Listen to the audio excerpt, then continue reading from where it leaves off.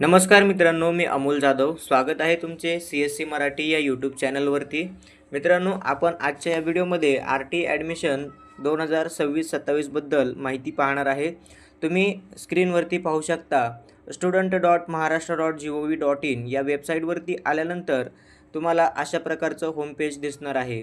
याच वेबसाईटवरून तुम्हाला RT ॲडमिशनसाठीचे ऑनलाईन अर्ज जे आहेत ते भरायचे आहेत. सध्या जर आपण बघायला गेलं तर आता शाळांची नोंदणी जी आहे ती सुरू आहे. शाळांची नोंदणी कधीपर्यंत राहणार आहे हे तुम्हाला जर चेक करायचं असेल तर तुम्ही इथे आल्यानंतर ॲडमिशन शेड्यूल यावरती एकदा क्लिक करणार. त्यानंतर अकॅडमिक इयर 2026-27 हे इथे असंच राहणार आहे. त्यानंतर ॲप्लिकेशन राऊंडमध्ये तुम्हाला एक हे सिलेक्ट करायचं आहे आणि सिलेक्शन लिस्टमध्ये रेग्युलर सिलेक्शन यावरती क्लिक करायचं आहे. एवढं केल्यानंतर तुमच्यासमोर RTसाठी पात्र असणारे सर्व जिल्ह्यांची यादी तुम्हाला इथे बघायला मिळेल आणि या जिल्ह्यांच्या यादीच्या समोर तुम्हाला जे शाळांचं रजिस्ट्रेशन आहे म्हणजे स्कूल रजिस्ट्रेशन, विद्यार्थी नोंदणी नाही तर शाळांची नोंदणी सध्या सुरू आहे. तर इथे 9 जानेवारी 2026 पासून ते 19 जानेवारी 2026 पर्यंत शाळांची नोंदणी इथे केली जाणार आहे. त्यानंतर ज्या शाळा ज्या आहेत RTसाठी पात्र आहेत त्या सर्व शाळांची नोंदणी झाल्यानंतर आपल्याला स्क्रीनवरती फॉर्म भरण्यासाठी इथे ऑनलाईन ॲप्लिकेशन हा एक विंडो दिसतो तुम्हाला.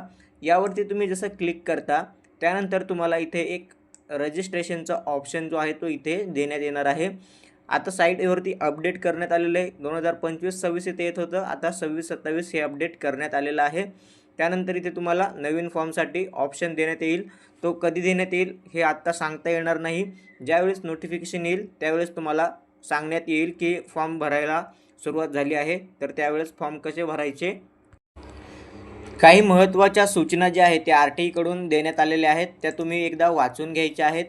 तर इथे तुम्ही पाहू शकता स्क्रीनवरती इथे तुम्हाला काय सांगितलेलं आहे की ऑनलाईन प्रवेश अर्ज भरण्याबाबत मार्गदर्शक सूचना. आता यांनी काही सूचना दिल्यात, त्या सूचनांचे तुम्हाला पालन जे आहे ते करावं लागणार आहे. बालकाचा मोफत व सक्तीच्या शिक्षणाचा अधिकार अधिनियम 2009 मधील कलम 12C1 नुसार दुर्बल, वंचित आणि आर्थिक व सामाजिकदृष्ट्या मागास घटकातील बालकांना स्वयं अर्थसहाय्यित शाळा, विनाअनुदानित शाळा, पोलीस कल्याणकारी शाळा, ज्या काही शाळा आहेत ते RTसाठी पात्र आहेत त्या शाळांमध्ये इयत्ता पहिली किंवा पूर्व प्राथमिक वर्ग स्तरावर 25% प्रवेश प्रक्रियेकरिता ही जी वेबसाईट आहे student.maharashtra.gov.in या वेबसाईटवरती जाऊन अर्ज जे आहे ते तुम्हाला भरून घ्यायचे आहेत. तर जेव्हा फॉर्म सुरू होतील त्यावेळेस तुम्हाला या वेबसाईटवरती जाऊन फॉर्म जे आहेत ते भरून घ्यायचे. पण त्यामध्ये देखील काही सूचना सांगण्यात आल्या आहेत. तर काही सूचना आहेत त्या तुम्हाला मी सांगत आहे. इथे तुम्ही पहा, आर्थिक वर्षामध्ये पालकांचे वार्षिक उत्पन्न 1 लाखापेक्षा कमी आहे अशा बालकांचा आर्थिक दुर्बल गटामध्ये समावेश होतो. म्हणजेच EWSमध्ये कोणाचा समावेश होतो तर ज्याचं पालकांचं वार्षिक उत्पन्न 1 लाख रुपयांपेक्षा कमी आहे अशांचा समावेश जो आहे तो आर्थिक दुर्बल गटामध्ये होतो. म्हणजेच ओपनमधील जे विद्यार्थी आहेत ते EWS या गटातून फॉर्म भरू शकतात. त्यांच्याकडे फक्त उत्पन्नाचा दाखला जो आहे तो असायला पाहिजे आणि तो 1 लाखापेक्षा कमी असायला पाहिजे. त्यानंतर दुसरा पॉईंट बघा, 25% प्रवेश प्रक्रियेकरिता विचारपूर्वक 10 शाळांची निवड करण्यात यावी. तुम्हाला इथे शाळा निवडताना 10 शाळांची नावे तुम्हाला इथे निवडता येणार आहेत. त्यानंतर पालकांनी अर्ज करताना शाळेपासून ते घरापर्यंतचे हवाई अंतर Google मॅपने निश्चित करायचे असल्याने शाळा निवडताना अंतराची बाब लक्षात घेऊन पालकांनी बलूनद्वारे निवासस्थानाचे ठिकाण निश्चित करण्यासाठी तो बलून जो आहे तो जास्तीत जास्त 5 वेळा तुम्हाला बदलता येणार आहे. याची देखील पालकांनी नोंद घ्यायची आहे. त्यानंतर पुढचा पॉईंट बघा, प्रवेश प्रक्रियेबाबत विहित मुदतीमध्ये परिपूर्ण अर्ज भरला जाईल याची काळजी जी आहे ती पालकांनी घ्यायची आहे. त्यानंतर अर्ज सादर करावयाच्या अंतिम कालावधीमध्ये इंटरनेट अथवा तांत्रिक अडचणीमुळे परिपूर्ण अर्ज सादर करण्यामध्ये काही अडचणी येऊ शकतात. तर त्यामुळे त्या नाकारण्यासाठी अर्ज जितक्या लवकर होईल तितक्या लवकर तुम्हाला सादर करायचा आहे हे इथे सांगण्यात आलेलं आहे. त्यानंतर प्रवेश प्रक्रियेबाबत आपणास काही समस्या असल्यास RT पोर्टलवर मदत केंद्राची माहिती देण्यात आलेली आहे. त्यांच्याशी संपर्क करून तुमच्या समस्येचं जे काही निराकरण आहे ते तुम्ही इथे करून घेऊ शकता. त्यानंतर पालकांनी ऑनलाईन अर्ज करताना अचूक माहिती भरावी. उदाहरणार्थ तुमच्या घराचा पत्ता आहे, मुलाची जन्मदिनांक आहे, उत्पन्नाचा दाखल्यावरती जे काही उत्पन्न दिलेलं आहे तेच तुम्हाला फॉर्ममध्ये टाकायचं आहे. जर तुमचं मूल दिव्यांग असेल तर अपंगाचा दाखला तुमच्याकडे असायला पाहिजे. जर तुम्हाला रिझर्वेशनचा फायदा घ्यायचा आहे, आरक्षणाचा फायदा घ्यायचा आहे, तर तुमच्याकडे जातीचा दाखला हा असणं गरजेचं आहे. तर हे सर्व तुम्ही इथे फॉर्म भरताना व्यवस्थित टाकायचं आहे, हे इथे आपल्याला सांगण्यात आलेलं आहे. ज्या बालकांनी यापूर्वी RT 25% अंतर्गत शाळेत प्रवेश घेतला असल्यास सदर बालकाला पुन्हा अर्ज करता येणार नाही.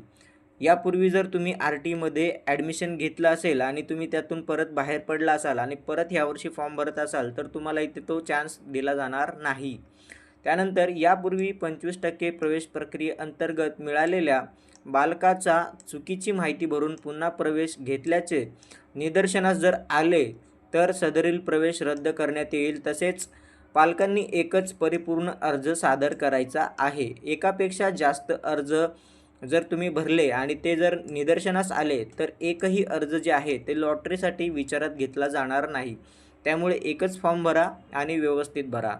पालकांनी कोणत्याही प्रकारची कागदपत्रे ऑनलाईन अपलोड करायची नाही आहेत.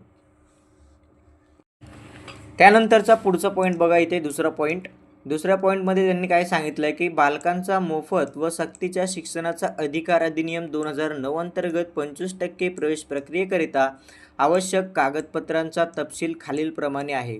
तर कोणकोणती कागदपत्रे लागणार, तर सगळ्यात पहिलं जे आहे ते म्हणजे आपल्याला इथे बघा निवासी पुरावा हा सगळ्यात महत्त्वाचं कागदपत्र आहे. तर 25% प्रवेश प्रक्रियेकरिता आपण ज्या कार्यक्षेत्रात शाळा निवडत आहात, ज्या कार्यक्षेत्रात तुम्ही शाळा निवडताय त्या कार्यक्षेत्रात स्वतःच्या मालकीची निवासी व्यवस्था असल्यास त्या निवासी पुराव्याकरिता तुम्ही रेशनिंग कार्ड देऊ शकता. त्यानंतर ड्रायव्हिंग लायसन्स देऊ शकता. त्यानंतर वीज बिल देऊ शकता, टेलिफोन बिल देऊ शकता, प्रॉपर्टी टॅक्स देयक म्हणजेच घरपट्टी देऊ शकता, मतदान ओळखपत्र देऊ शकता, पासपोर्ट, त्यानंतर राष्ट्रीयकृत बँकेचे पासबुक यापैकी कोणताही एक पुरावा इथे तुम्ही देऊ शकता. जर तुम्ही जिथे शाळा निवडताय त्या ठिकाणी तुमच्या स्वतःच्या मालकीचे जर घर असेल तर तुम्ही यापैकी कोणताही एक पुरावा देऊ शकता निवासी पुरावा म्हणून.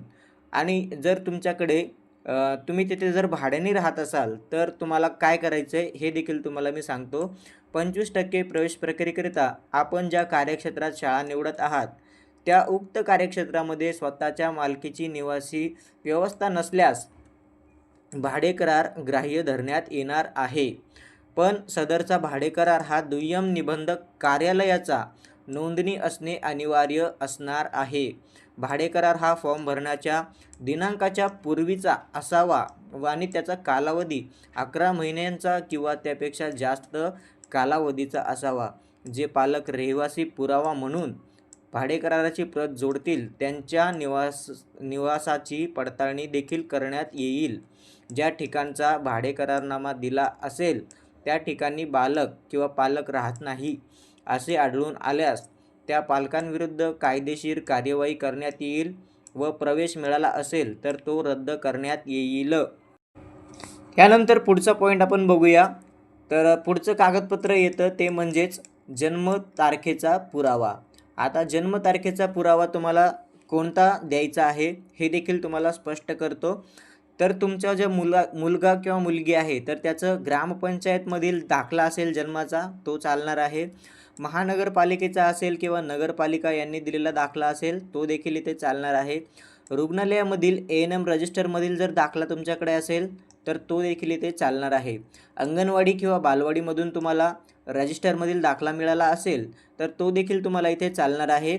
आई वडील अथवा पालकांनी प्रतिज्ञापत्राद्वारे केलेले स्वयंनिवेदन जे असतं ते जरी देखील तुम्ही इथे करून दिलं जन्माच्या दाखल्या या पुराव्यामध्ये तर तो देखील इथे तुम्हाला जन्मतारखेचा पुरावा म्हणून चालणार आहे. त्यानंतर पुढचा पॉईंट आहे बघा महत्त्वाचा पॉईंट, सामाजिक वंचित जात संवर्गातील बालक असल्यास वडिलांचे किंवा त्या बालकाचे वडिलांचे किंवा त्या बालकाचे सादर करावयाचे कागदपत्र. इथे तुमच्याकडे जो जातीचा दाखला आहे तो तुमच्या मुलाचा असेल तरी चालणार आहे आणि जर वडिलांचा असेल तरी तो चालणार आहे. फक्त तो कोणी दिलेला असायला पाहिजे, तर तहसीलदार किंवा उपजिल्हाधिकारी किंवा उपविभागीय महसूल अधिकारी यांनी निर्गमित केलेला पालकांचा, वडिलांचा किंवा बालकाचा जातीचा दाखला जो आहे तो इथे तुम्हाला लागणार आहे. लक्षात ठेवा, परराज्यातील जातीचा दाखला प्रवेश प्रक्रियेकरिता ग्राह्य धरण्यात येणार नाही. त्यामुळे महाराष्ट्र राज्यातीलच पालक जे आहेत ते RT प्रक्रियेसाठी पात्र आहेत आणि महाराष्ट्र राज्यामधीलच त्यांना उत्पन्नाचा दाखला असेल आणि जातीचा दाखला असेल तर तो इथे लागणार आहे. त्यानंतर पुढचा पॉईंट बघा. पुढचा पॉईंट आहे आर्थिकदृष्ट्या दुर्बल संवर्गातील प्रवेशाकरिता उत्पन्नाचा दाखला. आता RT 25% अंतर्गत प्रवेशाकरिता विद्यार्थ्याच्या पालकाचा आर्थिक वर्ष 2024-25 किंवा 25-26 या वर्षाचा तुम्हाला 1 लाखापेक्षा कमी उत्पन्न असलेला तहसीलदारांचा दाखला जो आहे तो उत्पन्नाच्या दाखल्याकरिता पगाराचा दाखला म्हणजेच पेमेंट स्लिप पण तुम्ही इथे देऊ शकता, सॅलरी स्लिप. कंपनीचा किंवा मालकाचा दाखला देखील इथे तो ग्राह्य धरण्यात येणार आहे. त्यानंतर जे काही दिव्यांग मुलं असतील तर दिव्यांग मुलांसाठी देखील काही महत्त्वाची कागदपत्रे सांगण्यात आलेली आहेत. तर त्यांच्या प्रमाणपत्राचा पुरावा म्हणून तुम्ही जिल्हा शल्य चिकित्सक किंवा वैद्यकीय अधीक्षक यांनी अधिसूचित केलेला जो रुग्णालयाकडून मिळालेला 40% पेक्षा जास्त दिव्यांग असल्याबाबतचं एक प्रमाणपत्र दिलं जातं, तर ते तुमच्याकडं असणं गरजेचं आहे. पालकांनी ऑनलाईन प्रवेश अर्ज भरताना एकल पालक म्हणजेच सिंगल पॅरेंट असेल, यामध्ये विधवा असतील, घटस्फोटित आई अथवा वडील असतील, तर यापैकी कोणताही एक पर्याय निवडला असेल तर संबंधित बालकाचे जे काही पालनपोषण करत आहेत, ज्यांनी पालकत्व स्वीकारलेलं आहे, अशा व्यक्तीचे प्रवेशासाठी लागणारे आवश्यक कागदपत्र ग्राह्य धरण्यात येईल. तर यामध्ये RT 25% प्रवेश प्रक्रियेवेळी विद्यार्थी व पालक यांचे आधार कार्ड व आधार क्रमांक मिळवण्याकरिता केलेल्या अर्जाची पावती ही अनिवार्य करण्यात आलेली आहे. परंतु काही कारणांमुळे बालक व पालक आधार कार्ड सादर करणे शक्य झाले नाही, तर अशा प्रकारमध्ये बालकाचे आधार कार्ड सादर करण्याच्या अटींच्या अधीन राहून बालकांना तात्पुरता प्रवेश देण्यात येतो. त्यानंतर प्रवेश दिलेल्या दिनांकाच्या पासून 90 दिवसाच्या आत बाळाचे आधार कार्ड जे आहे ते शाळेकडे सादर करणे बंधनकारक राहते. बालकाच्या आधार कार्डची विहित कालावधीत पूर्तता न झाल्यास RT 25% अंतर्गत दिलेला जो तात्पुरता प्रवेश आहे तो रद्द केला जाऊ शकतो. तर त्यामुळे आधार कार्ड जर नसेल बनवलं तर ते बनवून घ्या. त्याची जी पावती आहे त्या पावतीवरती देखील तुमचं काम होऊ शकतं आणि 90 दिवसाचा टाईम दिला जातो. त्यात 90 दिवसाच्या आतमध्ये तुम्हाला हे आधार कार्ड जे आहे पालकांचं आणि जे तुमचं बाळ आहे या दोघांचं देखील आधार कार्ड तुम्हाला द्यायचं आहे. आता पुढचं पॉईंट आहे, जी अनाथ बालकं आहेत तर त्यांच्यासाठी कोणती कागदपत्रं लागणार आहेत. जर अनाथ बालक वंचित घटकामध्ये येत असेल तर त्यासाठी आवश्यक कागदपत्र अनाथ बालकाच्या बाबतीत अनाथालयाची किंवा बालसुधारगृहाची कागदपत्रे ग्राह्य धरण्यात येणार आहेत. जर बालक अनाथालयात राहत नसेल तर जे काही पालक आहेत तर त्यांचा सांभाळ करतायत त्यांचं हमीपत्र इथे आवश्यक राहील. आणि त्यानंतर अनाथ बालक जे आहे तर त्यांच्या संदर्भात कागदपत्र जे आहे, उदाहरणार्थ उत्पन्नाचा दाखला जो आहे तो विचारात घेतला जाणार नाही. यांना उत्पन्नाच्या दाखल्याची गरज लागणार नाही. जे काही अनाथ बालक असतील कोणत्याही कॅटेगरीतले असू द्या तर त्यांना इथे उत्पन्नाचा दाखला जे आहे तो लागणार नाही आहे. त्यानंतर पुढचा पॉईंट आहे HIV बाधित किंवा प्रभावित असल्यास आवश्यक कागदपत्र कोणती. तर जे काही रुग्णालयातून दिलेली कागदपत्र असतात, जे प्रमाणपत्र असतात ते इथे त्यांना लागणार आहेत. आता घटस्फोटित महिला जर असेल किंवा ते पालक असतील तर त्यांच्या आवश्यक कागदपत्रे कोणती. तर जो काही न्यायालयाने दिलेला निर्णय असेल ते कागदपत्र असेल. त्यानंतर घटस्फोटित महिलेचा किंवा बालकाच्या आईचा रहिवासी पुरावा तुम्ही इथे देऊ शकता. त्यानंतर बालक वंचित गटात असल्यास बालकाचे किंवा त्यांचे वडिलांचे जातीचे प्रमाणपत्र व बालक आर्थिक दुर्बल गटातील असल्यास बालकाच्या आईचा उत्पन्नाचा दाखला या प्रकारची कागदपत्रे तुम्हाला घटस्फोट प्रकरणामध्ये लागणार आहेत. त्यानंतर जर न्यायप्रविष्ट असलेलं घटस्फोट प्रकरण असेल तर यामध्ये देखील सेम कागदपत्र आहेत. विधवा महिला असेल तर त्या महिलेच्या पतीचे मृत्यूचे प्रमाणपत्र लागेल. त्यानंतर ही सर्व माहिती जी आहे ते स्क्रीनवरती तुम्ही याचा स्क्रीनशॉट घेऊ शकता आणि व्यवस्थित वाचू शकता. त्यानंतर तुम्हाला सर्व माहिती जी आहे ती मी इथे सांगण्याचा प्रयत्न केलेला आहे. हा व्हिडिओ जर तुम्हाला आवडला असेल तर व्हिडिओला लाईक करा, चॅनलला सबस्क्राईब करा आणि अशाच माहितीसाठी आपले चॅनल नक्की सबस्क्राईब करून ठेवा. धन्यवाद. जय हिंद, जय महाराष्ट्र.